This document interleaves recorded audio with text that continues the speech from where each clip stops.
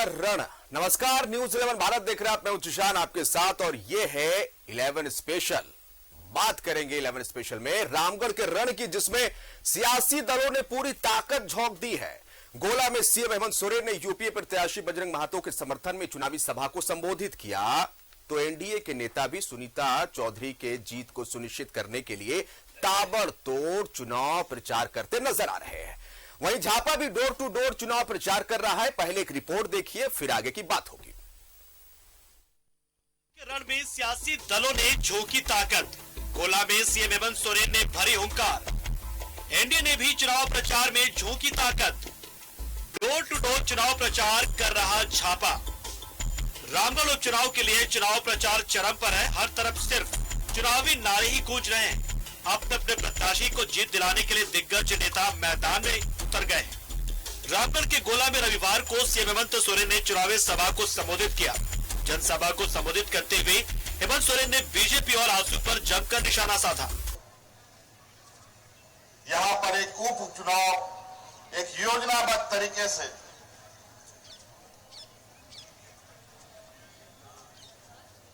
षड्यंत्र करके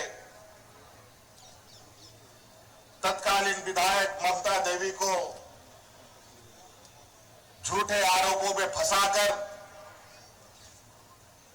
जेल भेज दिया और इस दूध मुआ बेटा का मां का दूध भी छुड़वा दिया। एक छोटी सी बेटी भी। अब कैसा पल रहा है, बढ़ रहा है, ये तो एक मां ही बता सकती है, एक औरत ही बता सकती है।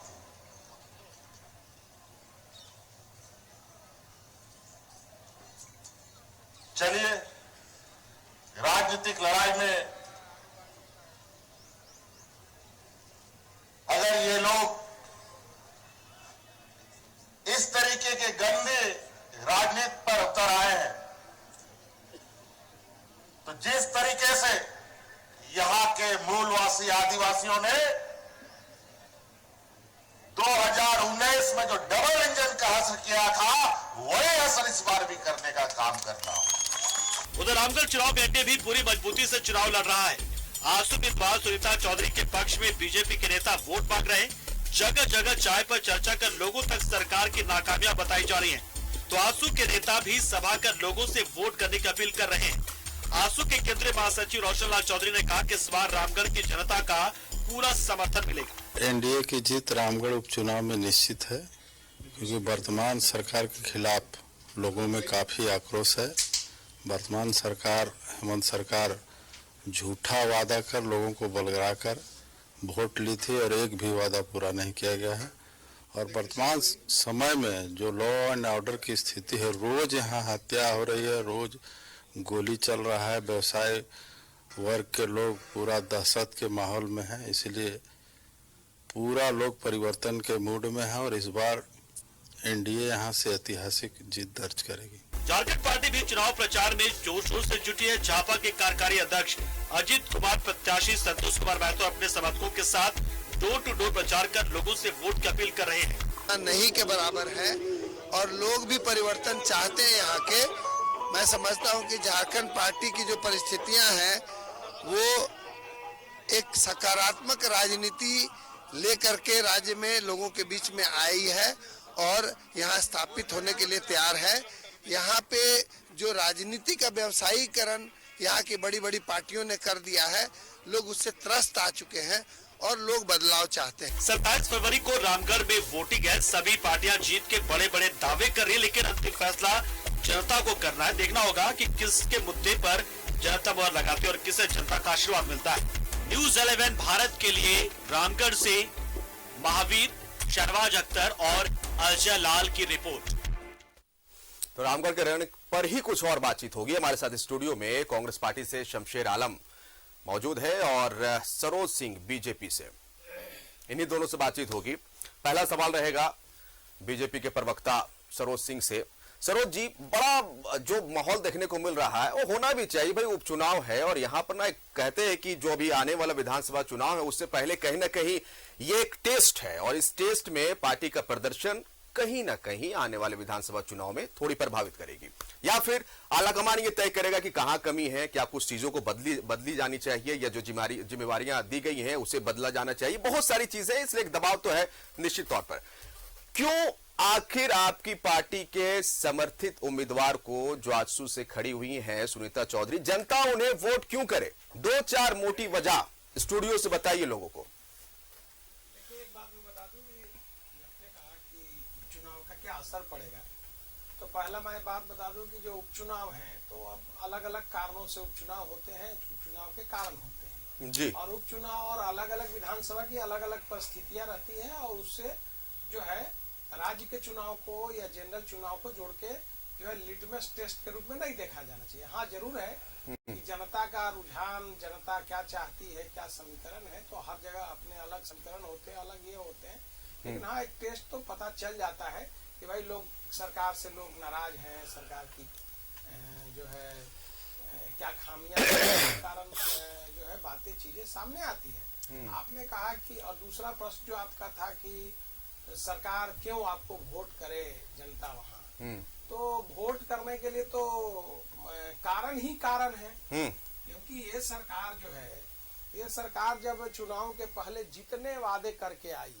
उस एक वादे पर ये सरकार खरा नहीं उतरी, एक वादा पूरा नहीं किया, बल्कि और वादे पर वादे करते गए और झूठ पर झूठ बोलते गए। चाहे वह 5 लाख लोगों को नौकरी देने की बात हो, लोगों को रोजगार देने की बात हो, या 5 लाख नौकरी नहीं दे तो महंगाई भत्ता देंगे, पोस्ट ग्रेजुएट को 5,000-7,000 भत्ता देंगे, किसानों को 2 लाख ऋण माफ करेंगे, 3-3 रूम का घर देंगे।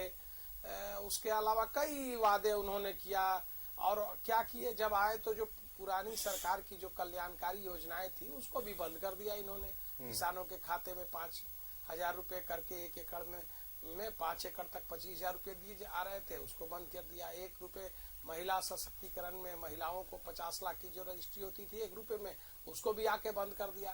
तो बेरोजगारी चरम पर है, रोजगार का कोई साधन नहीं है, काम ठप पड़ा हुआ है, भ्रष्टाचार चरम पर है।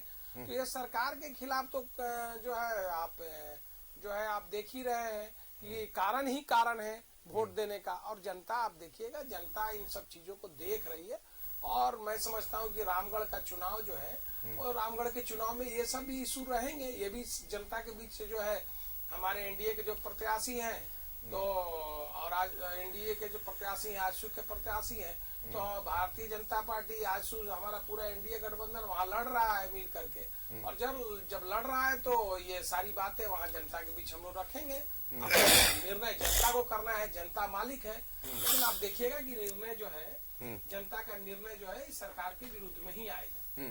शमशेर आलम जी, कुछ भी नहीं हुआ, इस सरकार ने कुछ भी नहीं किया। जो भी चुनावी वादे थे, जिसके दम पर सरकार बनी कांग्रेस, जेएमएम, आरजेडी समर्थित पार्टियों की, लेकिन वो तमाम दावे, तमाम वादे फेल है। नौकरियां देने के बजाय नौकरियां छीनी गई। कई तरह के आरोप है, कई ऐसी योजनाएं जिसका धरातल पर उतरना काफी ज्यादा जरूरी था, आम जन को फायदा मिलता, लेकिन उन योजनाओं को भी बंद कर दिया गया। क्या कहेंगे? ये आरोप है। देखिए, लोगों का अपना अपना नजरिया है और अपने अपने विचार हैं। निश्चित तौर पर सरोज बाबू भारतीय जनता पार्टी के नेता हैं, इसलिए भारतीय जनता पार्टी के आइडियोलॉजी पर ही ये बात करेंगे। इन्होंने, सरोज जी ने खुद अपने वक्तव्य में कहा कि उपचुनाव एक माध्यम है जो बीच में जनता मुहर लगाती है कि आप अच्छा काम कर रहे हैं अथवा नहीं कर रहे हैं। राज्य में 5 चुनाव हो रहे हैं, 5वें चुनाव हो रहे हैं, 4 हो चुके, 5 हाँ। जी। और सब चुनाव में भारतीय जनता पार्टी, 4 चुनाव में भारतीय जनता पार्टी के ही उम्मीदवार थे, और भारतीय जनता पार्टी ने पूरी शक्ति लगाई। भारतीय जनता पार्टी प्रदेश ही ने शक्ति नहीं लगाई, बल्कि आपने देखा जब जब उपचुनाव हुआ, अगल बगल में माननीय प्रधानमंत्री जी का कार्यक्रम कराया जाता था, माननीय नरेंद्र मोदी जी का, ताकि उसका प्रभाव हमारे उपचुनाव पर पड़े। लेकिन हम लोगों ने चारों उपचुनाव को जीता, गठबंधन की सरकार जीती, हेमंत सोरेन के नेतृत्व में हम लोगों ने चुनाव जीता। तो इससे साफ जाहिर है, इन्हीं के वक्तव्य के अनुसार, कि जनता हमको मुहर लगाई और हमारी जनता हमारे कार्यों से खुश है। जहां तक इन्होंने कहा कि हमने क्या किया, तो भाई सरोज जी को ये जानकारी होनी चाहिए कि हमने मनरेगा के माध्यम से कितना कार्य किया है। दूसरी चीज कि महिलाओं के लिए ग्रामीण विकास के माध्यम से जो भी योजनाएं चल रही है वो भी आपको धरातल पर है। जहां तक सवाल है रोजगार देने का, तो रोजगार देने के अवसर माननीय मुख्यमंत्री जी ने जब देना शुरू किया तो आपने देखा कि किस तरह से राजभवन किसका है? भारतीय जनता पार्टी का ही कार्यालय है, उसको हम लोग मानते हैं। आप जो जवाब राजभवन लेंगे है। सरोज जी?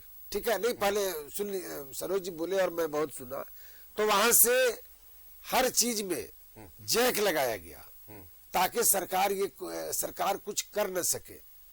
हमको वहां से पूरी परेशानी की गई, लेकिन उसके बावजूद माननीय मुख्यमंत्री जी लगातार इस बात पर चिंतित गंभीर रहे और आपने देखा कि मूलवासी और आदिवासियों की लड़ाई, नियोजन नीति की लड़ाई, स्थानीयता की लड़ाई, कैसे हमारे आदिवासी और मूलवासी नौजवानों को रोजगार मिले, कैसे शिक्षा में उनकी बढ़ोतरी हो और उनका विकास हो, कैसे उनको हम स्वनिर्भर करने का प्रयास करें ताकि वो स्वराज रोजगार भी वो ढूंढ पाए। तो ऐसे में अगर इनको कुछ दिखाई नहीं देता है, रोड का जाल हम बिछा रहे हैं, पुल पुलिया हम बना रहे हैं, हम जन भावना जो हमारे मतदाता मालिक है उनके लिए हम लोग 24 आवर हमारी सरकार 4 यात्रा 5 यात्रा करके हमने वहां जाकर के आपने देखा होगा कि 18 लाख आवेदन को माननीय मुख्यमंत्री जी ने ऑन द स्पॉट उसका समाधान करने का काम किया। तो हम लोग जनता के बीच है और ये लोग क्या किए हैं अब मैं बताता हूँ कि उनको मत नहीं मिलेगी और यहाँ पर इनकी हार होगी। आपने देखा होगा कि जब से हमारी सरकार बनी है तब से भारतीय जनता पार्टी सरकार गिराने, सरकार को अपदस्थ करने, मुख्यमंत्री हटाने, इसी षड्यंत्र में इनका वक्त गुजर गया और जिसके वजह से ये जनता के बीच जो विपक्ष की भूमिका होनी चाहिए और जिस तरह से इनको जाना चाहिए, तो आज तो जनता ये भी बोल रही है कि विपक्षी नहीं है। ये तो हम लोगों को एक विपक्ष, लोकतंत्र में एक विपक्ष का भी मजबूत होना जरूरी है, लेकिन आप इनका देख लीजिए पिछले 3 वर्षों में सिवाय विधायकों की खरीद फरोख्त, ईडी, सीबीआई, मुख्यमंत्री, लिफाफ, गवर्नर, ये सब करके इन लोगों ने चाहा था कि सत्ता को छीन ले। चलिए सरोज जी से जवाब ले लेंगे। सरोज जी, बड़ा संगीन आरोप है, आप सुन रहे होंगे। तो ये आरोप जिसको स्पेसिफाई हम कोड अगर करना चाहे तो वो ये स्पेसिफिकली कि जो राजभवन है वो बीजेपी का दफ्तर है, कई ऐसी चीजें हैं जो काम कर सकती थी जनता के हित के लिए, लेकिन वहां से जैक लगा दिया गया और इसके पीछे बीजेपी है।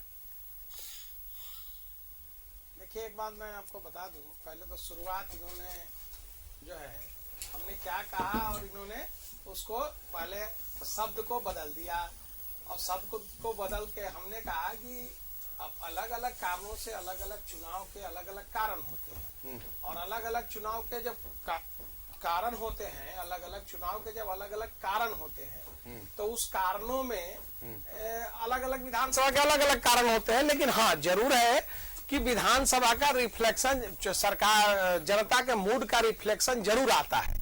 इतना ही हमने कहा था। तो इन्होंने कहा कि इन्होंने ठीक ही कहा और 4 चुनाव हो चुके हैं, तो हमने जो कहा उस पर मैं कायम हूँ कि चुनाव के बीच में देखिए लगातार बोले आप जरा सुन लीजिए ना, थोड़ा जवाब ले ले हम। रिफ्लेक्शन जो है जरूर हुआ जी। तो हम 4 जो पिछले चुनाव है उसका जिक्र कर दिए, तो मैंने कहा था कि अलग अलग कारण होते हैं चुनाव के, लेकिन उसका रिफ्लेक्शन जरूर दिखता है जनता के मूड का। और जनता के मूड का रिफ्लेक्शन ये है कि वो जो 4 चुनाव जो हुए हैं, चाहे वो मांडर हो, चाहे वो दुमका हो, चाहे वो मधुपुर हो, चाहे बेरमो हो, ये 4 सीटें आज हम चैनल में हम बोल रहे हैं सरकार कोई भी पार्टी 81 सीट तो जीतती नहीं है। ये 4 सीट भारतीय जनता पार्टी के लिए दुर्लभ सीट रहा है। 2 सीट मांडर तो हम 1 बार जीते हैं, दुमका भी हम 1 बार जीते हैं, और मधुपुर भी हम जब वहां ट्रेंगुलर फाइट हुआ है और बेरमो में, तो हम उस चुनाव को एक बार और वहां 2 बार जीते हैं, मधुपुर और गोमिया को।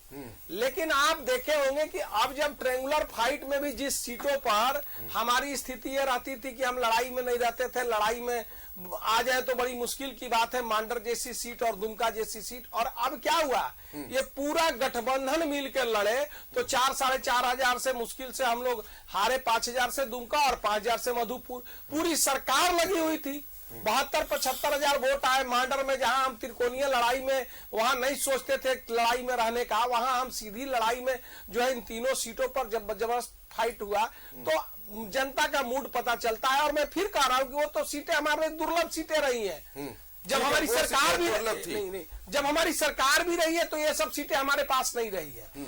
लेकिन रिफ्लेक्शन तो पता चलता है कि मूड मिजाज क्या है जनता का। इसीलिए हमने कहा कि मैंने दावा भी नहीं किया यहाँ, लेकिन आप देखिएगा रामगढ़ का रिजल्ट आने दीजिए तो पता चलेगा। लेकिन इतना जरूर है कि जनता का, अब तो जनता मालिक है और जनता, लेकिन जो चुनाव का मिजाज है, अब आपने पूछा क्यों वोट दे, तो हमने पूछा अब दूसरा इनका सवाल जो था कि इन्होंने कहा कि ये काम, इन्होंने काम, अब बताइए गवर्नर साहब पर इन्होंने आरोप लगा दिया, सरकार ने कोई काम नहीं किया आज तक, और इन्होंने गवर्नर साहब पर आरोप लगा दिया कि गवर्नर काम नहीं करने दिए। कौन सा इनका विधेयक गवर्नर रोक दिए, कौन सा काम गवर्नर को के अधिकार भी सीमित हैं आप जानते हैं, कौन सा गवर्नर इनके काम को महामहिम नहीं करने दिए, अब तो यही बताएंगे कि कौन सा काम में। और रह गया सरकार गिराने की बात, तो इन्हीं के विधायक रोज कंप्लेन कर रहे हैं कि हमारी हम लोग को खरीदा जा रहा है, और इन्हीं के विधायक कंप्लेन कर रहे हैं, और इन्हीं के विधायक डिफेम कर रहे हैं, इन्हीं के विधायक आरोप लगा रहे हैं, यही लोग, और पकड़, और इनकी सरकार है और इन लोग को जांच करना चाहिए तो इन लोग जांच कर रहा है। तो बोकारो का एगो सब्जी वाला को पकड़ लिया और एगो को जो है सो फल बेचने वाले को पकड़ लिया, अब पकड़ के ले आया कि यही लोग सरकार गिराना चाहता था। गजब हास्यास्पद स्थिति इन लोगों ने बनाया है राज्य को। रोज ये लोग कह रहे हैं कि सरकार भाजपा गिरा रही है तो लिफाफा खुल रहा है कि क्या, हम लोग तो कुछ नहीं कह रहे हैं। अरे लिफाफा खुलने की बात तो, लिफाफा खुलने की बात तो राज्यपाल महोदय खुले देश और दुनिया बोला, नहीं गलत चीज बोलिएगा ना, आपका बारी आएगी, आप लेके चले गए सबको रायपुर, जेट बुक कर लिए 1 महीना के लिए, अपने दौड़ रहे यहाँ से, भारतीय जनता पार्टी क्या करे, आप नहीं खुला, आप खुद ही दौड़ रहे यहाँ से लेकर कभी यहाँ कभी वहाँ कभी वहाँ, का ट्रेनिंग पाए हुए रहते, आप जो है मचाए हुए हैं, ये सरकार अत्यंत भ्रष्टाचार में डूबी हुई है, राज्य सरकार के सारे लोग जो हजारों आरोप लगे इस तरह से आपको, और ये सरकार गरीबों के कल्याण के लिए बात कर रहे हैं, आदिवासियों के कल्याण के लिए बात कर रहे हैं, खत्म होगा और बीजेपी शुरू हो गए तो क्या बोल लीजिए पहले, आप बोल लीजिए पहले, मिलेगा। अरे ये होता है, आप बोल लीजिए पहले, इनको रोकिए पहले ना, जवाब तो सुनिए, दिक्कत नहीं क्या होता है, आप बोल रहे थे तो हम कुछ बोले क्या, आप बोल रहे थे तो हम कुछ बोले क्या, ऐसा नहीं होता है, क्या होता है, जवाब तो सुनिए, जवाब मैं आपसे पूछता हूँ, आप जवाब सुनिए ना, उसके बाद शमशेर जी आपके पास आएंगे, एक एक करके आते हैं। सरोज जी के पास इसलिए फिर जाते हैं क्योंकि उन्होंने कहा कि जो 4 सीटें उपचुनाव में लूज की इन्होंने, वो बड़ा ही दुर्लभ सीटें थी। रामगढ़ उपचुनाव में सरोज जी क्या इसलिए भी कहीं ना कहीं कॉन्फिडेंट दिख रहे हैं आजसू के जो नेता है या बीजेपी के नेता, चूंकि पिछली दफा 2019 में दूसरे नंबर पर थी सुनीता चौधरी, इस बार क्या हुआ कि बीजेपी जो तीसरे नंबर पे थी उसका समर्थन मिल गया, और इस बार जो है अगर वो समीकरण हम मिलाते, वो आंकड़ा मिलाते हैं तो आप लीड करते हुए दिख रहे, तो क्या ये कॉन्फिडेंस बढ़ा रहा है आपका? नहीं देखिए, हम तो अभी कुछ कह ही नहीं रहे ना, हम तो कह रहे जनता मालिक है। हमने पहले कहा ये सही है कि भारतीय जनता पार्टी और आजसू एनडीए गठबंधन के तहत मिलकर के चुनाव लड़ रहा है, और इस एनडीए गठबंधन में हमारे पास जो है वोट, हमारा जो वोट आया था और आजसू के जो मत मिले थे, वो दोनों मत को मिला दीजिए तो मत कहीं जो मिला है ममता देवी को, कांग्रेस को वोट, उससे 10,000 वोट, 10-12 हजार वोट अधिक ही है हमारे पास। लेकिन गलत ये दोनों के मत को मिला लीजिए, आप गूगल में खोलिए, बीजेपी का मत को ये कीजिए, आजसू के मत को कीजिए, उसके बावजूद भी हम चुनाव जीते हैं। नहीं तो ठीक है, नहीं, लेकिन उसके बाद अभी भी का अंतर चुनाव- जोड़ा जा रहा है, अगर दोनों मतों को मिला दिया जाए। लोग यही पहले प्रचार ज्ञान करते दुरुस्त हैं। कर लीजिए, पहले गूगल खोल के अरे इनको आप बता ही खोल के दीजिए। देख लीजिए ना, पहले आपको तो गूगल याद खोल के है। इनको बता ही दीजिए पहले। आपको तो ध्यान हम है। तो दावा भी नहीं आप कर रहे करिए थे, ना। हम तो उस पर गए भी नहीं। करिए ना। अब लीजिए तो दोनों अरे तरफ नहीं नहीं देंगे। मिलाने के बाद भी हम लोग चुनाव अरे भैया एक एक करके बोलिए ना, कोई भागे जा रहे हैं क्या? जनता सुन आप रही है ना। बोलिए, 10,000 तो आप वोट बीच में चाहिए क्यों है। बोल रहे हैं? आप ये बोलिए, है, आप पहले बोल गलत लीजिए। बयानी। ठीक है, आपकी कोई बात है तो कह लीजिए, हम गलत चुप हो जाते हैं। बयानी। हम चुप हो जाते हैं, बोलिए। एक बात है यहाँ पे, अगर दोनों बीजेपी और आजसू के मतों को मिला दिया जाए तो वो तो बढ़ रहा है ना, ममता जी से तो बढ़ ही रहा है। अब इनको बताइए, इनको ये भी नहीं पता है, आप झूठ मूठ के बीच में टोक दिए। कैसे बढ़ रहा है? अब बताइए, उनको बता दीजिए मत। सेकंड नंबर में सुनीता चौधरी थी, थर्ड नंबर में बीजेपी के प्रत्याशी थे। दोनों को अगर मिला दिया जाए, कंपाइल कर दिया जाए, तो ममता देवी से तो ज्यादा वोट आ रहा है। आप पिछला जो मत आया है उस जी। मत का आंकड़ा को आप देख लेना। तब अरे आप- 22,000 से आप जीते हैं, बीजेपी को 32,000 मत था। कहाँ और 32,000 मत था? अच्छा चलिए 5,000 आया था, आगे बढ़िए नहीं, नहीं। डिबेट में। तो आपको क्या बोले, नहीं, नहीं, जनता आप देख अपना तय लीजिए कर ना। लेगी। जनता गूगल खोल के देख लेगी कि झूठ आप बोल रहे हैं कि हम बोल रहे हैं। मैं क्यों ये समय बर्बाद कह कर रहा रहे हूं, मैं ये हैं? कह क्यों रहा समय हूं। बर्बाद कर रहे हैं? मैं ये- ठीक है, 2,000 आगे पीछे 1,000 मैं हो ये सकता कह है, रहा लेकिन हूं, मत ज्यादा मैं ये कह रहा हूं आ रहा है। आप हम लोग- विषय वो नहीं हम लोग है। लगातार बोलते रहे हैं कि इन लोगों का जो गठबंधन है वो अनैतिक गठबंधन है। आसू और भारतीय जनता पार्टी के बीच ये जो गठबंधन है वो स्वार्थ को लेकर के गठबंधन है। और कई बार पिछले 15 वर्षों में इस राज्य ने ये देखा है कि भाजपा और आसू के गठबंधन में कई बार दरार आए हैं, कई बार ये अकेले लड़े हैं, कई बार ये करते हैं। और उसके बाद चूंकि मैं ये पूछना चाहता हूं कि आप देखें कि हम लगातार जीत रहे हैं। एक जोड़ा है आलमगीर आलम और राजेश ठाकुर एंड हेमंत सोरेन का, और एक जोड़ा है बाबूलाल जी और दीपक प्रकाश जी का। ये लगातार हार ही रहे हैं। तो सवाल ये उठता है कि आप बीजेपी और आसू कितने ईमानदार है उनके कार्यकर्ता, ये सब समय बताएगा। लेकिन हम इनके गठबंधन पर हम सवाल जरूर करते हैं। लेकिन अगर मान लिया जाए कि ये एक और नेक भी हो जाए, तो आप देखेंगे कि पूरे रामगढ़ में जिस तरह से महिलाओं का सहानुभूति, उस छोटे बच्चे को आपके टीवी स्क्रीन पर मैं देख रहा था, उसकी क्या गलती है, और ममता देवी कैसे फंसाई गई है, कैसे उसको उस पर सजा हुआ है, और किस तरह की घटना हुई थी रामगढ़ में, वो भी देश और दुनिया जान रही है। अच्छा शमशेर आलम जी, ठीक है, एक बात मुझे बताइए कि क्या यहाँ पर एक इमोशनल कार्ड भी खेला जा रहा है कांग्रेस पार्टी की तरफ से कि आपराधिक मामले के चलते जो है सदस्यता चली गई ममता देवी की, उन्हें जेल जाना पड़ा, तो क्या ये एक इमोशनल कार्ड भी खेला जा रहा है? हम इमोशनल कार्ड बयान तो आ रहे हैं ना, बयान तो हम जी। हकीकत और सच्चाई बता रहे हैं जनता को। मैं तो हकीकत से रूबरू करा रहा हूँ रामगढ़ के क्या रूबरू करा रहे हैं? कि आपके साथ आपने जिसको चुना, आपकी जो जनप्रतिनिधि थी, और जनप्रतिनिधि के साथ क्या हुआ, किस तरह के लोग इनके साथ षड्यंत्र किया, किस तरह से इनको इनकी विधायिका छीनने का प्रयास किया गया जी, और किस तरह से मतलब समझिए कि दुमुहा बच्चा को किस तरह से माँ से अलग कर दिया गया। तो जो सच्चाई है, जिन लोगों ने साजिश की है, नहीं इसमें भी साजिश है क्या? बिल्कुल बिल्कुल पूरी जी, क्या साजिश है? क्या लगता है कांग्रेस पार्टी क्या साजिश है? नहीं, पूरा षड्यंत्र है कि मान लिया जाए कि आंदोलन हम करें। ये रघुबर दास की सरकार थी, आपको याद होगा, खूंटी में किस तरह से गोली कांड हुआ और रामगढ़ में गोली कांड हुआ। हम लोग आंदोलन कर रहे थे, यूपीए के लोग थे, हम विपक्ष में थे, हम लोग एजिटेशन कर रहे थे कि भाई रामगढ़ गोलीकांड की जांच हो। बात को समझिएगा। और हम लोगों ने कहा था कि उच्च स्तरीय जांच हो, जज कमेटी की जांच हो, सीबीआई जांच हो। लेकिन आपने देखा कि हम लोगों की कोई बात नहीं मानी गई, और जिस तरह से केस की प्रक्रिया है वो होता रहा। झापा से अशोक भगत भी जुड़ गए, आएंगे आपके पास, शमशेर आलम जी आपके पास आएंगे। झापा से अशोक भगत भी काफी एक्टिव दिख रहा है, काफी एक्टिव भी ये पार्टी वहां पर दिख रही है, इसके कार्यकर्ता काफी एक्टिव दिख रहे हैं, और वो बात अलग है। हमारी आवाज पहुंच रही है आप तक अशोक भगत जी? ये तमाम यूपीए गठबंधन वाले लोग, नहीं सवाल तो पहले सुन लीजिए सर, बार बार सर पहले सवाल है। बड़ी पुरानी पार्टी है आपकी, बड़ी पुरानी, वही सवाल है मेरा, बड़ी पुरानी पार्टी है आपकी, और देश आजाद होने के जस्ट बाद आपकी पार्टी का निर्माण हुआ, लेकिन आज कहां है आपकी पार्टी, आपको भी पता है। हाँ जिसान जी बोलिए। हाँ जिसान जी, हम झारखंड आंदोलनकारी हैं, झारखंड के बुनियादी पार्टी हैं। अभी कहाँ है वो दुनिया जानती है। अभी हम लोगों ने इतिहास रच के भी दिखाया है, शायद आपको तमाड़ याद होगा। मैं कहना चाह रहा हूं कि कांग्रेस वाले चाहे तमाम यूपीए गठबंधन वाले लोग सिर्फ एक बच्चे की बात कर रहे हैं, कोर्ट को चैलेंज कर रहे हैं। ये तो अवमानना का मामला है। अरे आप अपनी काम बताइए ना, क्यों आप उस बच्चे को बार बार बीच में ले आते हैं कि दूध मुहा बच्चा, दूध मुहा बच्चा। तो फिर बजरंग महतो जी को बच्चा खिलाना चाहिए, क्यों वो राजनीति में समाज के सेवा में आ रहे हैं। अरे कानून ने अपना काम किया, आप ऊपर का कोर्ट में जाइए ना।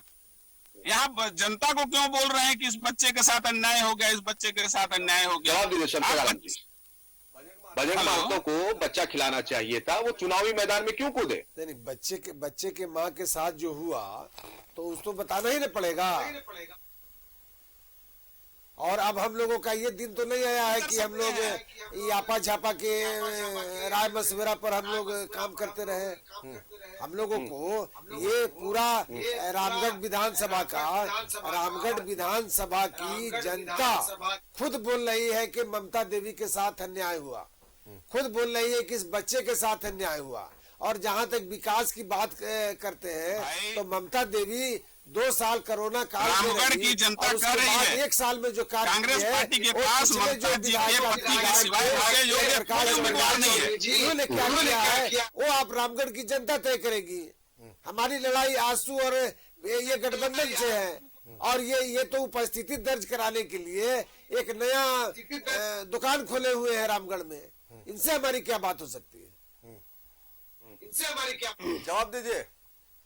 आप बात करना पड़ेगा ना, जनता के बीच में जाना है तो आपको बात करना पड़ेगा। जब हमको आप जनता को जवाब दीजिए ना, मुझे क्या जवाब देना है। मैं जानते हैं रामगढ़ की जनता तो जान रही है कौन किसके एजेंट के रूप में काम कर रहा है, कौन किसके एजेंट के रूप में काम कर। अशोक भगत जी, चलिए भाई, यहाँ अशोक भगत भारत के स्टूडियो से बैठकर लगाया गया शमशेर आलम की तरफ से कि किसकी बी टीम है, झापा किसकी बी टीम है, किसकी टीम के लिए काम किया जा रहा है, हमको पता है।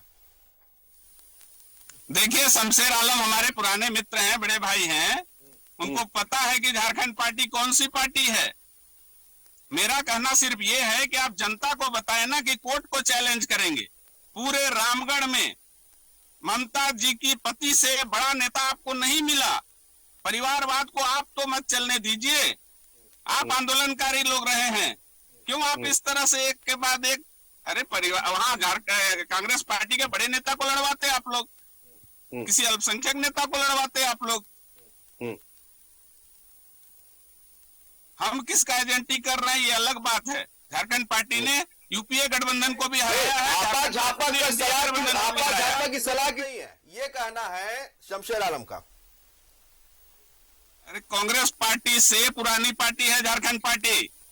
3 बार हम लोग पूरे बिहार में विपक्ष का पार्टी रहे हैं। इसलिए ये कहना आपा झापा, अगर आप झारखंड की राजनीति करते हैं तो आपको झारखंड पार्टी के बारे में जानकारी होनी चाहिए। झारखंड पार्टी को अशोक जी हम भी जानते हैं, झारखंड पार्टी वही है, लेकिन झारखंड पार्टी को पहले किन लोगों ने चलाया और आज कौन लोग चला रहे हैं ये सब लोग को पता है। आप तो पुराने कार्यकर्ता है, आंदोलनकारी है, मित्र भी है, लेकिन जो हम स्वरूप पर बोल रहे हैं ये तो सब बच्चा जानता है कि झारखंड पार्टी जो है वो मुर्गा छाप, मतलब समझिए कि सबसे पुराना पार्टी वही है, जहां हमारे जयपाल सिंह से लेकर के और सब लोग थे।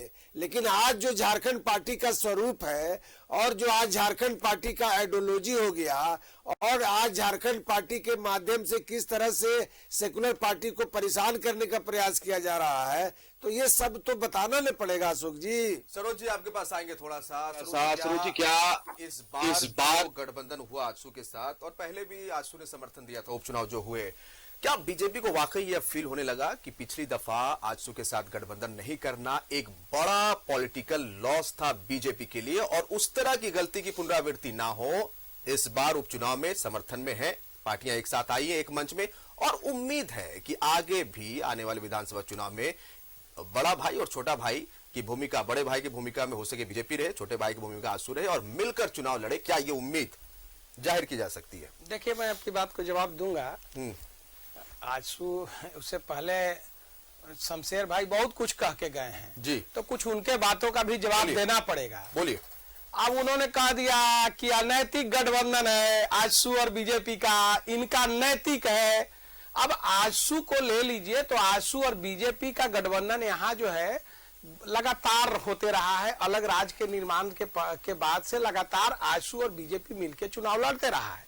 ठीक है, पिछले चुनाव में किसी कारण से हमारे बीच में समन्वय नहीं हुआ, हम मिलकर नहीं लड़े, फिर हम उससे पहले भी मिलकर लड़े थे, उसके बाद आज भी मिलकर लड़ रहे हैं। लेकिन इनके जो पार्टनर हैं झारखंड मुक्ति मोर्चा, हम लोग जो है अनैतिक वाले हैं। नैतिक वाले कौन है? तो वो झारखंड मुक्ति मोर्चा बीजेपी, हम लोग के साथ भी उनका सरकार चल रहा था। वो लोग मधु कोड़ा के साथ भी चलाए हैं, जेएमएम भी चलाए हैं, तो जेएमएम बीजेपी के साथ भी चलाया, सबके साथ भी चलाया। वो इनके साथ गठबंधन इनका नैतिक है। और आजसू किसी दूसरे के साथ कभी गठबंधन में नहीं गया, बीजेपी के साथ ही गठबंधन में रहा। बीजेपी भी किसी के साथ गठबंधन में नहीं गया। आजसू सुनिए, देखिए, नहीं आप रोकिए इनको पहले। आजसू के एक विधायक पहले इनको रोकिए, बीच में नहीं बोले। जितना देर बोल रहे थे ना उतना देर हम सुन रहे थे। इनको पूछा गया है। रोकिए आजसू के, आप इनको रोकिए पहले। शमशेर भाई तो आपने जो आरोप लगाए शमशेर में मंत्री थे। अरे भैया हर बात का जवाब आप बहुत सवाल किया, सवाल किया जी, यही कई सवालों का भी जवाब देना है ना। अभी कहा पहला जवाब दिया, जो आरोप लगाए उसका जवाब लगाया, उसका जवाब दे रहे हैं, दूसरा पर जवाब ले रहे तो आएंगे। सरोज जी बोलिए अपनी बात पूरी। बीच में देखिए दिक्कत क्या है, पूरी इन लोग को बेचैनी हो जाती है ना, आप लोग को बेचैनी हो जाती है सुनने के बाद। बड़ी आराम से हम आपकी बात सुन रहे थे, हम एक बार भी आपके बीच में नहीं टोका। जैसा शुरू करता है बोले आप लोग के साथ समस्या यही है। सरोज जी आप बात पूरी कीजिए, फिर हम आएंगे शमशेर आलम की। हमारी आदत है बीच में किसी का नहीं टोका नहीं। सुनिए ना आप बोलिएगा ना, समय मिलेगा ना। अब 1 घंटा समय है आपको, तो अभी आधा घंटा हुआ है, मिलेगा समय ना, बोलिएगा ना। बोलिए। दूसरा आपने सवाल किया कि दुधमुआ बच्चा उसका क्या दोष है। मैं ये नहीं कहता हूं कि उनके बजरंग महतो जी को बच्चा खिलाना चाहिए था, मैं ये नहीं कहूंगा। लेकिन मैं इतना जरूर कहूंगा कि 3.5 साल हो गए आपकी सरकार को, पूरा ट्रायल सरकार आपकी सरकार में चला है। पूरा ट्रायल जो है ममता देवी पर जितना दिन का ट्रायल चला आपकी सरकार में चला है, और आप षड्यंत्र का आरोप लगा रहे हैं आजसू पर, अजीब तक बीजेपी पर।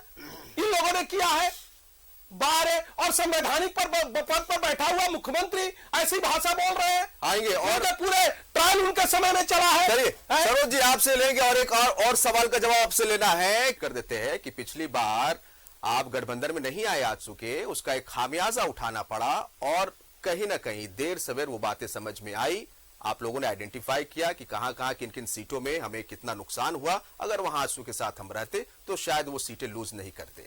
और अब इस उपचुनाव में मजबूती के साथ दोनों, और क्या आने वाले चुनाव में भी अभी से यह ऐलान किया जाता है कि दोनों पार्टियां बीजेपी और आजसू साथ में विधानसभा चुनाव लड़ेंगी।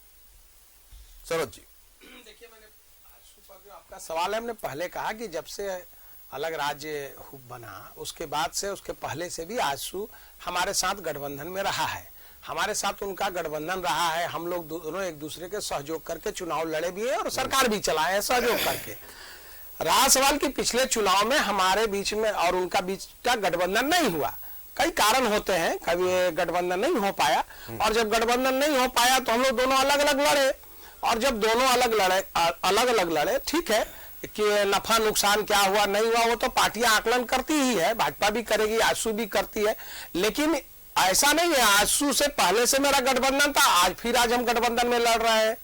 और जब विश्लेषण होता है तो नफा नुकसान का भी विश्लेषण होता है। ये सच्चाई है कि पिछले चुनाव में ये सारे दल मिल करके लड़े। 50 लाख वोट भारतीय जनता पार्टी को आया, 52 लाख वोट इन लोगों को आया, सारे दल मिलने के बाद। तो मात्र 2 लाख से सरकार में बैठे हुए हेमंत सोरेन जी। ठीक है, आजसू हमारे साथ रहता तो हो सकता है परिस्थितियां बदल जाती, लेकिन हम पिछले चुनाव में नहीं मिलकर लड़ पाए थे, आज हम मिलकर लड़ रहे हैं।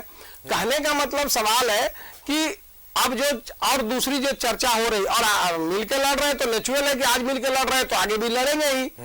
लेकिन सवाल आपके जो ये इन्होंने उठाया, मैं उस पर जवाब दे रहा था, ब्रेक पे आप चले गए थे, कि ये सरकार 3.5 साल से चल रही है और ये सरकार में पूरी ट्रायल जो हुई ममता देवी की हुई, और पूरा ट्रायल जब चलता है तो आप जानते हैं किस तरह से प्रशासन जो है सो गवाह को लाता है, ले जाता है, ट्रायल चलते रहता है, प्रशासन हैंडल करता है। सरकार इनकी थी और ये आरोप लगा रहे हैं भाजपा पे, आजसू पे, और हास्यास्पद स्थिति तब देखिए उस बच्चे को बीच में, मुख्यमंत्री जी का ये हालत हो गया कि वहां जाकर के चुनाव में अब उस बच्चे को लेकर के और वोट मांगना पड़ रहा है। इस सरकार का काम आप समझ सकते हैं कि ये सरकार क्या किया है। और अभी कह रहे थे आदिवासियों के हित में काम किया, दलित, अरे भैया ये सरकार तो आदिवासियों के हित में यही काम किया कि आदिवासियों को जो है लैंड बैंक के नाम पे बैंक बना करके और आदिवासियों को इंडस्ट्रीज के कम दाम पर इंडस्ट्रीज की जमीन अलॉट कराने के नाम पर अपनी पत्नी के नाम से इंडस्ट्रीज का जमीन अलॉट मुख्यमंत्री करा लिए। यही काम उन्होंने किया आदिवासियों के लिए। अपने लिए क्या, आदिवासियों के लिए कुछ नहीं किया। एक जमीन भी अलॉट कराया आदिवासी इंडस्ट्रीज के नाम पर, तो अपनी पत्नी के नाम से करा लिए। सरकार पूरी अकंठ भ्रष्टाचार में डूबी हुई है। हजारों करोड़ के घोटाले का जो है ईडी ने चार्जशीट फाइल कर दिया, मुख्यमंत्री इससे समन करके पूछताछ हो रहा है। अब आप बताइए कि हालत क्या है। तो ये सरकार जो है, और दूसरा ये सरकार बात कर रही है कि अभी जो इन्होंने कहा कि पिछड़ों का, दलित 32 का, ये सरकार कहा कि 5 लाख नौकरी देंगे। सरकार ने कहा है कि 398, पिछले विधानसभा में सरकार ने कहा है सदन में कि पूरे अभी तक इस सरकार ने 398 लोगों को नियुक्ति दी है। आप समझ सकते हैं, हजारों लोगों की नियुक्ति हुई रघुवर जी की सरकार में। ये और आप उठा के देख लीजिए, बैठे हुए यहीं पर, जिस दिन बुला लीजिए हमको डिबेट में बताते हैं जितनी नियुक्तियां हुई है उसमें मैक्सिमम जो है सो 90% से ऊपर झारखंड के लोगों की लोगों का हुआ है। इनको नौकरी थोड़े देना है झारखंड के लोगों को। भारतीय जनता पार्टी झारखंड और झारखंडियों के हित में कानून बने, उनके लिए कुछ बने, उसके विरोधी नहीं है। हम चाहते हैं ये अलग राज्य का निर्माण भी भारतीय जनता पार्टी ने झारखंड और झारखंडियों के भावना को ध्यान में रख के कराया। इन लोगों ने तो न कांग्रेस पार्टी अलग राज्य का निर्माण किया, और जेएमएम को जो मौका एक बार आया नरसिंह राव जी के समय में, तो ये लोग बिक करके उस समय चाहते तो सरकार बना लेते, अलग राज्य बनवा लेते। आपने अपनी बात पूरी की सरोज जी, और मेरे ख्याल से सुन रहे थे शमशेर आलम जी, आपने सुना, गौर से जवाब दीजिए। देखिए, रामगढ़ के रण को छोड़ करके ये लोग भाग चुके हैं। रामगढ़ के रण पर कुछ नहीं बात करना चाह रहे हैं। इसलिए ये पूरे डिबेट को समझिए कि एक तरह से ये जानते हैं कि रामगढ़ में इनकी क्या स्थिति है और रामगढ़ से इनको जनता कैसे भगाने वाली है, ये इनको पता है और इनके नेताओं को पता है। आपको मैं ये कहना चाहता हूं कि मैं बार बार ये बात को बोल रहा हूं कि इन्होंने कहा कि 4 हमारी सीट जो ये थी 2015 में, 2014 में इनकी हुकूमत बनी, 2015 से 2 उपचुनाव हुए, कोलेबिरा भी हुआ, कौन जीता? लोहरदगा हुआ, कौन जीता? ठीक है। तो शुरू से ही लोगों ने मन बना लिया था कि गलती में हम लोगों ने भारतीय जनता पार्टी की हुकूमत को बना दिया है, और रघुवर जी के नेतृत्व में जिस तरह से आदिवासी और मूलवासी के साथ जो अन्याय हुआ, अन्याय ही नहीं हुआ, हर मोर्चे पर उनको विफल किया गया। इतना ही नहीं, गोली और लाठी लगातार 5 वर्षों में 4-5 बार चलाया गया, जिसका कि सीधा साधा उदाहरण है, उस पर ये बहस नहीं करेंगे, उस पर ये भागेंगे। तो अब लग रहा है राज्य की जनता को कि ये हमारी सरकार है, हेमंत जी की सरकार है। हम ये जरूर मानते हैं। आप ये बोल रहे हैं कि क्या हुआ, नियोजन नीति जो आया, हमारा जो नियोजन नीति का जो विधेयक गया, उस विधेयक को हमने वापस किया। किसने वापस किया ये तो देश और दुनिया जान रहा है।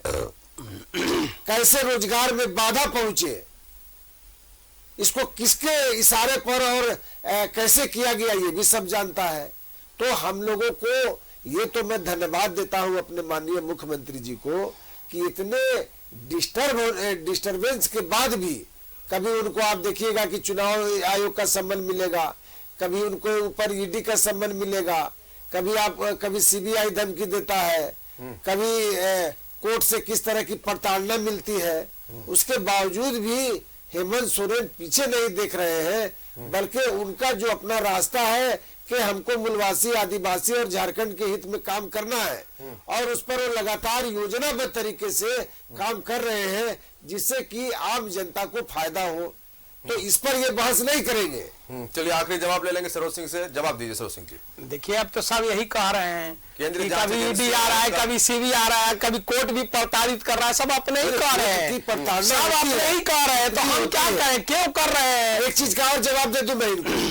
सरोज जी, एक तो सवाल में ये हो गया, सरोज जी ने कहा कि हमारी सरकार में ट्रायल हुआ, तो ट्रायल न्यायालय में होता है, और न्यायालय में न किसी सरकार और प्रशासन की कोई भूमिका नहीं होती है।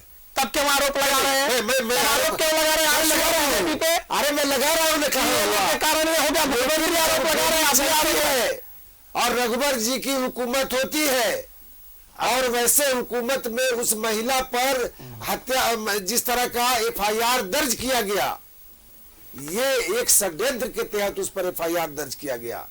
जो आज पार्टी के उम्मीदवार है, मैं आपको चैलेंज कर क्या शमशेर भैया इतना सीनियर होकर न्यायालय से चर्चा नहीं करना चाहता है? न्यायालय का मामला, न्यायालय से कन्विक्शन हुआ है, आप तो 70, आप रघुवर जी का नाम ले रहे हैं, आरोप तो 70 लगा रहे हैं, कहाँ तो समझ में ही नहीं आ रहा है। सरकार गोली तो समझ में ही नहीं आ रहा है।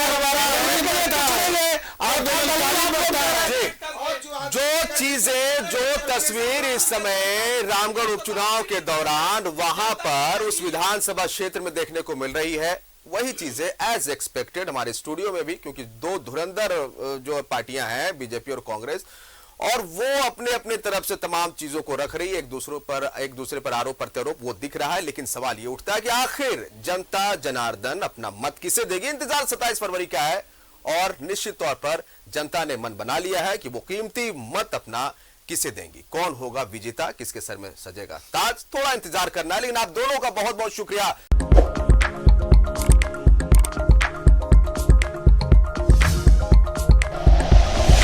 Like and share videos, subscribe करें हमारा चैनल और प्रेस करें बेल आइकॉन। न्यूज़ 11 भारत, सच है तो दिखेगा।